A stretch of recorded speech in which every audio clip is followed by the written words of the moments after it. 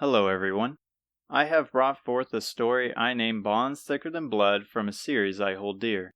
And while this is my fourth work, this is my first work to make it to YouTube as an audiobook. What you are going to listen to is the music version where instrumental songs, mostly VGM, will play in the background along with subtitles. To those who are reading along with the subtitles, the four main characters will be color-coded when speaking. Their name and color will appear at the start of each chapter. If you wish to listen without the music for a more relaxing experience, there will be a link in the description for a musicless version. And if you would rather read it at your own pace, you can read the entirety of Bonds Thicker Than Blood at Javier the Great at AO3. Link will also be in the description, as well as the music used in the video. Without further ado, I hope you enjoy.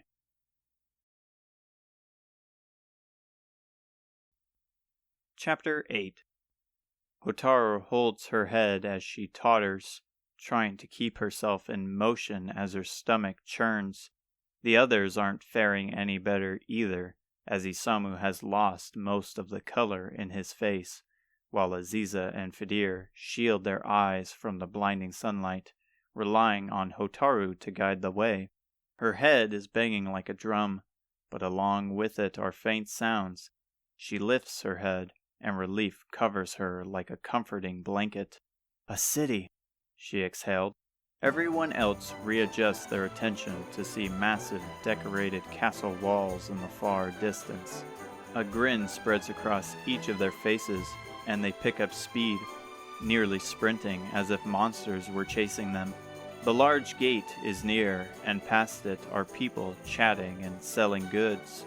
2 guards are posted at each side of the gate, with large spears in hand. However, they are welcoming and waving them over with a gentle smile on their face. The impregnable defense of this castle makes Alihan feel as if it was made from twigs. A strong enough wish could crumble it to the ground. However, if they are on the mainland, and this is the kingdom's response to danger, then what lies beyond is unlike anything Hotaru has heard or seen before. With that in mind, it's easy to see why the people of Reeve are so desperate. Greetings, travelers. Welcome to Romeria, he introduced, with a presenting arm to the city like a grand showcase. Both guards are aged, yet remain strong in physique and posture. His gentle smile is that of a loving grandparent, but with a sharp spear in hand. Others may think differently, especially those who disturb the peace. The city is bustling with hundreds of people of many ages and backgrounds compared to Alihan. They speak loudly of the latest news or advertising their massive carts filled with bountiful products that are displayed on the main road. Off the main road are beautiful parks filled with clear ponds and sturdy trees. Children happily play in the freshly cut grass, while others relax in the peaceful shade. Up ahead are large commercial buildings, and finally, the grand castle colored in bright red that sits at the back end of town, tall enough to oversee the city's landscape. "This is amazing," Hotaru shouted. "This place really puts Alihan to shame."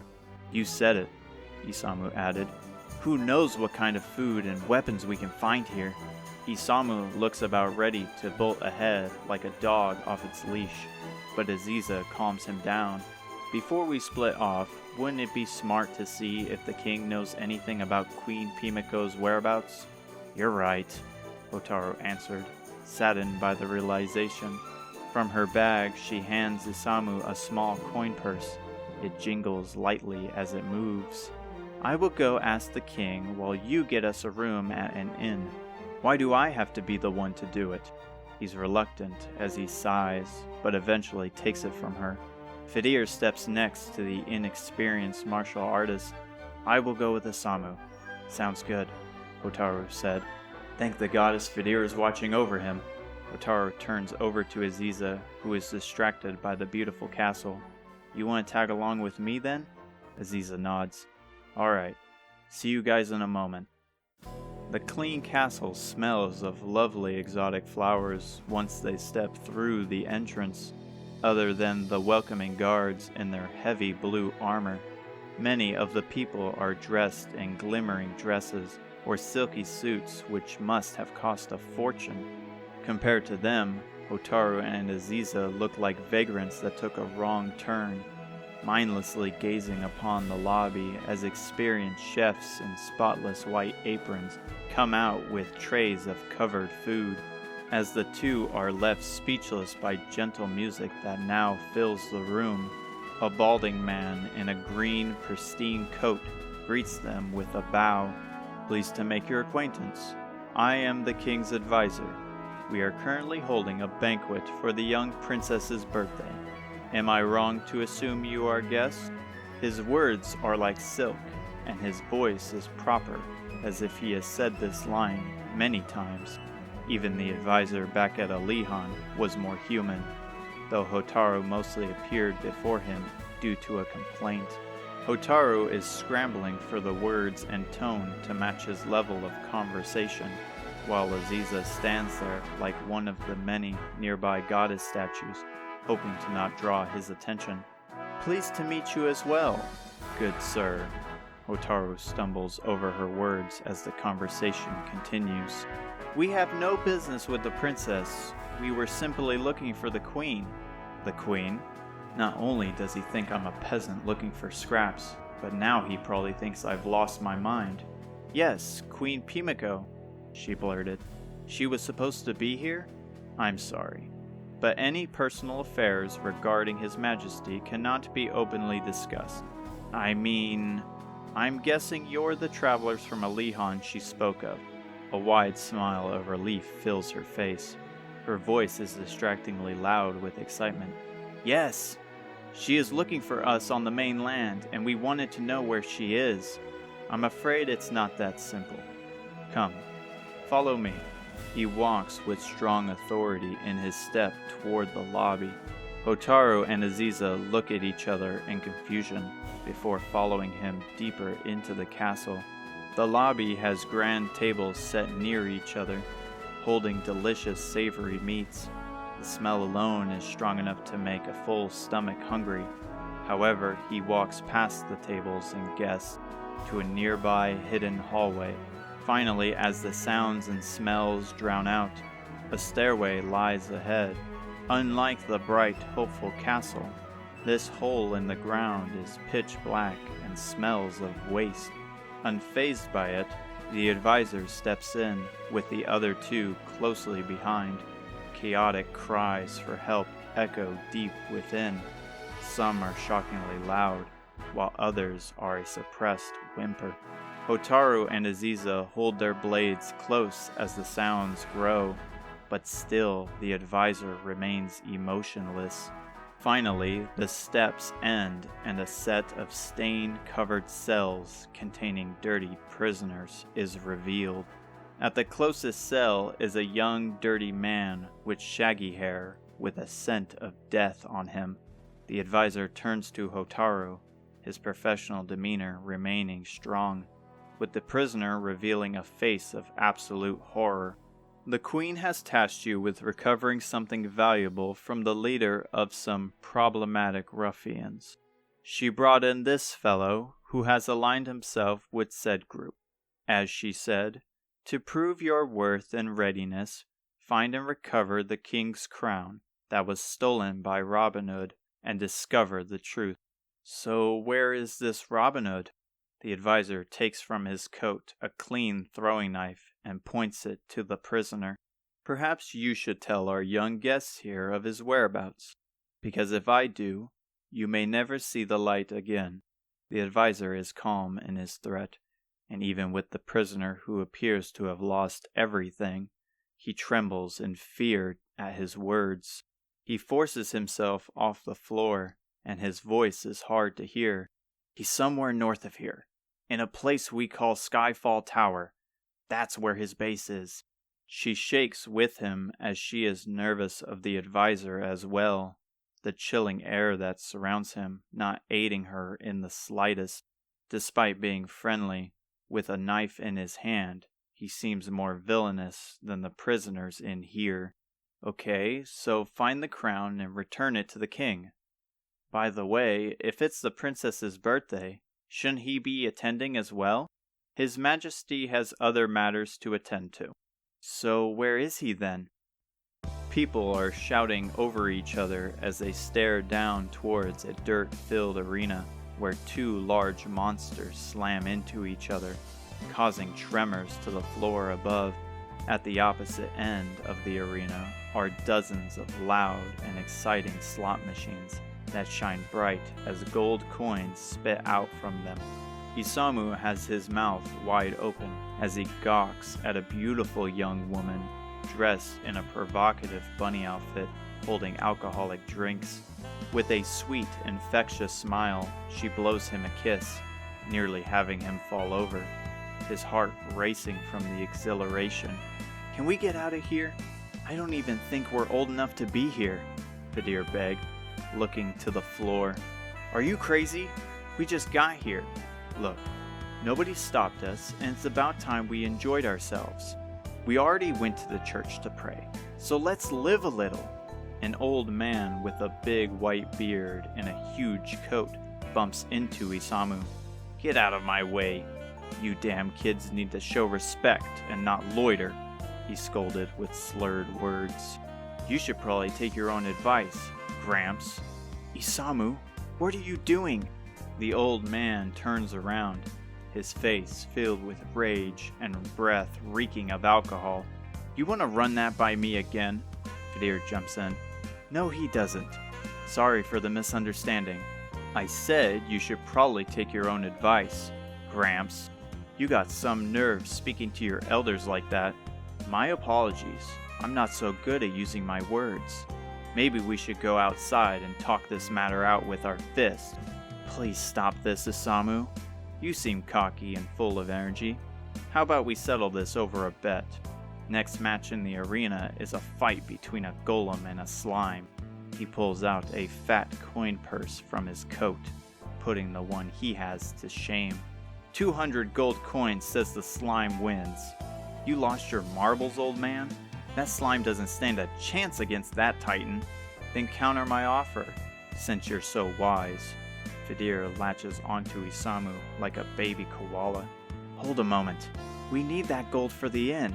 Ease yourself, Fadir. The room is already paid for. Plus, we can't lose while this drunk is making stupid bets.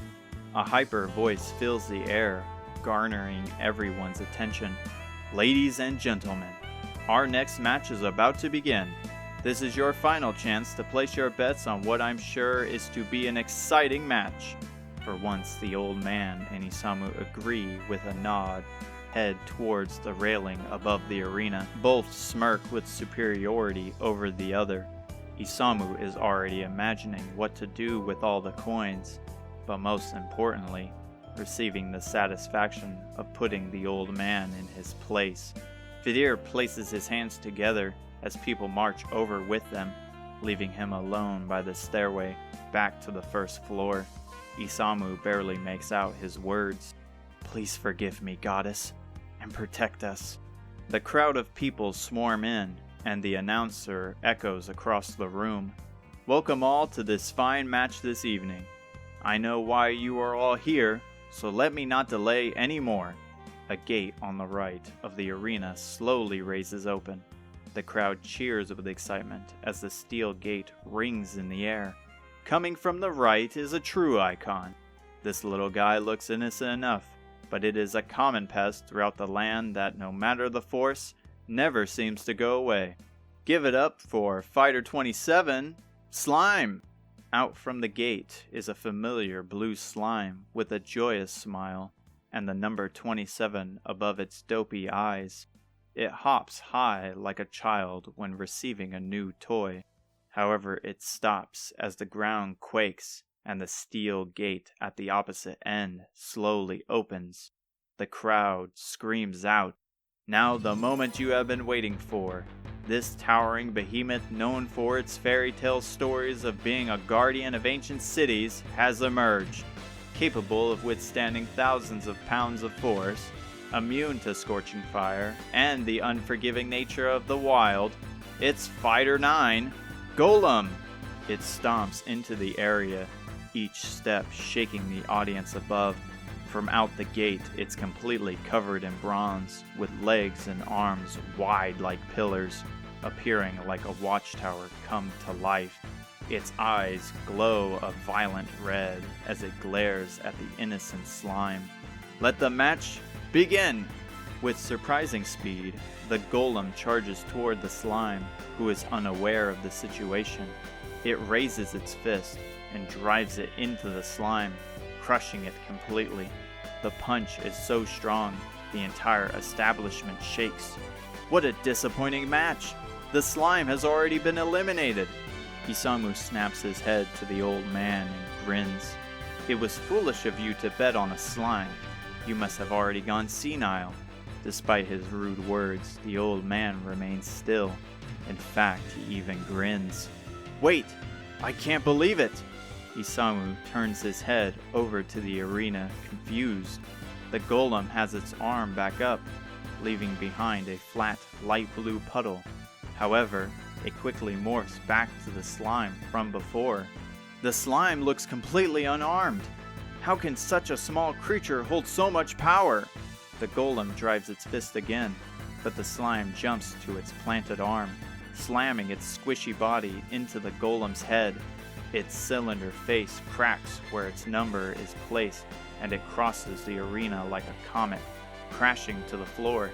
Can it be? Fighter 9 has taken a devastating blow. Is that it? The light in the golem's eyes fade, and the slime hops atop its body with that obnoxious smile. Isamu is left with his jaw wide open. How could that thing survive? It is! Fighter 27 has claimed victory in this upset. This has truly been the most amazing match I have ever seen. To the people who have placed their votes on the golem, I feel sorry for it. But you gotta admit, it was a spectacle to behold. The old man claws at Isamu's shoulder, trying to grab his dumbfounded attention away from the fallen golem. Looks like you owe me, he stumbles. Perhaps we got off on the wrong foot. Let's just say I bumped into you and forget this whole thing ever happened. So you don't have my gold. No matter. I got better things for you to do anyway. Isamu, now silent, awaits the old man's request. Isamu looks behind for guidance, only to see Fadir hanging in the back, holding his hands to his face, appearing more stressed than him. Some ruffian named Robin Hood took something valuable from me. Go find him and retrieve it, and your debt will be paid. Isamu pauses, confused by the man's request. From the man's coat, he looks like he is swimming in wealth. Why would he send someone out to find an item he can so easily replace? Okay, what exactly am I looking for? A crown.